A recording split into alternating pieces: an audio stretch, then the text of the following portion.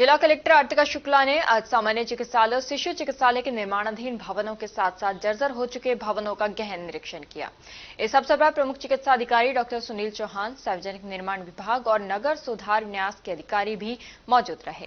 निरीक्षण के दौरान कलेक्टर ने निर्माण कार्यों में आ रही बाधाओं और देरी के कारणों पर भी संबंधित विभागों के अधिकारियों से चर्चा की। उन्होंने निर्देश दिए कि निर्माण कार्यों को समयबद्ध रूप से पूरा किया जाए और गुणवत्ता से कोई समझौता न हो।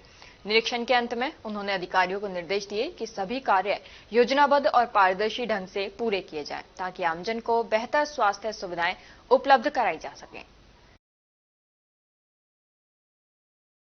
आज निरीक्षण सिर्फ इस पर्पज से किया है कि जितने इंफ्रास्ट्रक्चर वर्क अभी अस्पताल में चल रहे हैं उनकी क्या प्रगति है, वो हम हर महीने इंफ्रास्ट्रक्चर वर्क्स का देखते तो हैं, लेकिन फील्ड पे आके आज इसलिए किया कि कुछ इनके डिपार्टमेंटल इश्यूज थे। शिशु चिकित्सालय में आप सबको विदित है, राज्य सरकार की बजट घोषणा भी है उन्नयन की, जिसके लिए अभी राज्य सरकार से 75 लाख रुपए की सैंक्शन भी आई है। तो एक तो ये देखना था कि 75 लाख में क्या बन रहा है और उसके काम की क्या स्थिति है। तो वो टेंडर की स्थिति पे आ चुका है वर्क। जो इनकी एक तो क्षतिग्रस्त रूम्स हैं ओपीडी के और वार्ड के, लेकिन उससे भी ज्यादा जो आवश्यकता है वो पूरे ही उस परिसर के पानी के ड्रेनेज के इश्यूज हैं। कई जगहों पे प्लास्टर के इश्यूज हैं। तो वो जो पीडब्ल्यूडी की चौकी है उसकी स्थापना की प्रगति भी देखी, और अगर किसी और मद से शिशु चिकित्सालय का अपग्रेडेशन हो सकता है तो उसकी आज मैंने संभावनाएं ढूंढने के लिए एक अभी मैं बैठक भी करूंगी।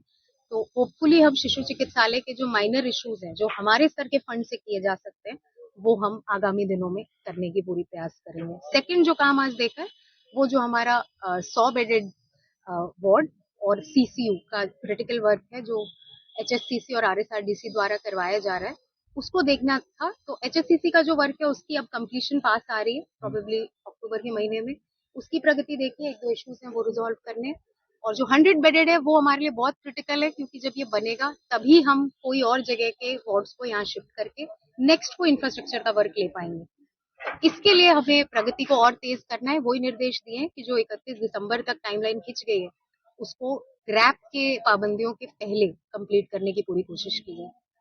अच्छा, इसको लेकर इस तरह का मामला रहेगा?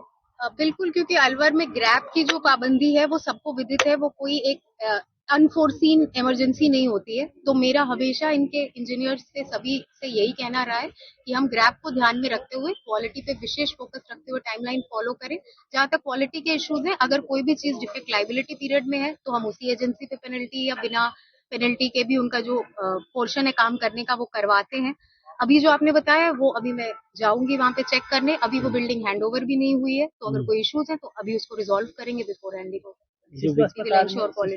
एमएनसीयू के पास गंदगी से ज्यादा जो जगह थी, गंदगी तो नहीं है बट वो जो जगह है उसका बिल्कुल ही दुरुपयोग देखने में मिला है।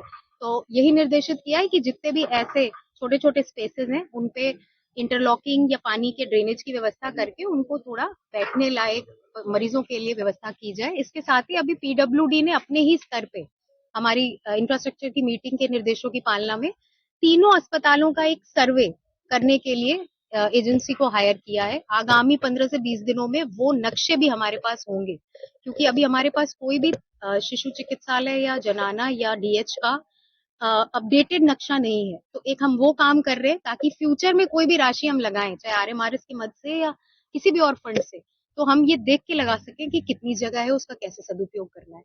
हाँ, तो उसके लिए शिशु में जो आज हम प्लानिंग करेंगे उसमें जरूर पार्किंग को एकोमोडेट करते हुए जो अब राशि का सैंक्शन होगी उसको लगाएंगे। दूसरा, आज जो मैंने अभी देखा है ये 100 बेडेड, इसमें भी ग्राउंड फ्लोर पार्किंग का है, इसका पूरा प्लानिंग करके इसको इम्प्लीमेंट करना है। और डीएच का तीनों नहीं, 4 व्हीलर के लिए भी उनके नक्शे में मैंने देखी है 20 कार्स भी बनी हुई है, तो होपफुली हम उसको भी इम्प्लीमेंट करें। विज्ञान नगर और जो टेल्को के पास जो आवासीय यूआईटी की कॉलोनी, वहाँ से जुड़ी तकरीबन 6 करोड़ से अधिक की रोड 5 साल भी नहीं टिक पाई।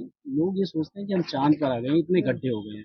यूआईटी सेक्रेटरी से बात की जाए, जवाब नहीं देते, कह देते हैं कि हम इसका पुनः बनवाएंगे, लेकिन पेनल्टी को लेकर कोई रुझान नहीं है। मेरी नॉलेज में है ये इश्यूज, और ये विज्ञान नगर और जो यूआईटी की नई योजना है उनमें एक प्रथा ये रही है कि जहाँ पे लोगों ने प्लॉट्स अभी रहना शुरू कर दिए वहां तक सड़कें उन्होंने बना दी। जो बाकी हैं उनके शायद ये एस्टिमेशन में ही थोड़ा डिफेक्ट्स या जो ये करते हैं वो बाद में बनाना चाहते हैं, एक बार प्लॉट्स जब ऑप्शन आउट हो जाए। जो बन गई मैडम, हाँ, तो उनकी जो हालत बन बहुत गई बुरी है वो डीएलपी पीरियड में है, मेरी नॉलेज में आया था, मैंने सबसे पहले यही देखा था। जी। और कंसर्न कॉन्ट्रैक्टर्स को उसमें लिखित में चेतावनी और ये कि वो काम इमीडिएट हो जाए, इसके इंस्ट्रक्शन सेक्रेटरी द्वारा दिए गए। अब मेरे द्वारा इसका एक मॉनिटरिंग की जाएगी कि आगे ऐसा ना हो। आखिरी सवाल कि वहाँ पर आपके टेल्को के पास एक आपने वहाँ पर सेंट्रल पार्क बनाया है, कई लाख रुपए का खर्चा है यूआईटी का, वहाँ से, साइड में, हाँ हाँ जी, हाँ। वहाँ से जुड़े जो खजूर के पेड़ थे वो तो बिल्कुल ही गायब हो गए, करीबन 25,000 का एक पेड़ था। और सबसे अहम बात है कि वहाँ पर एक निजी सोसाइटी के लिए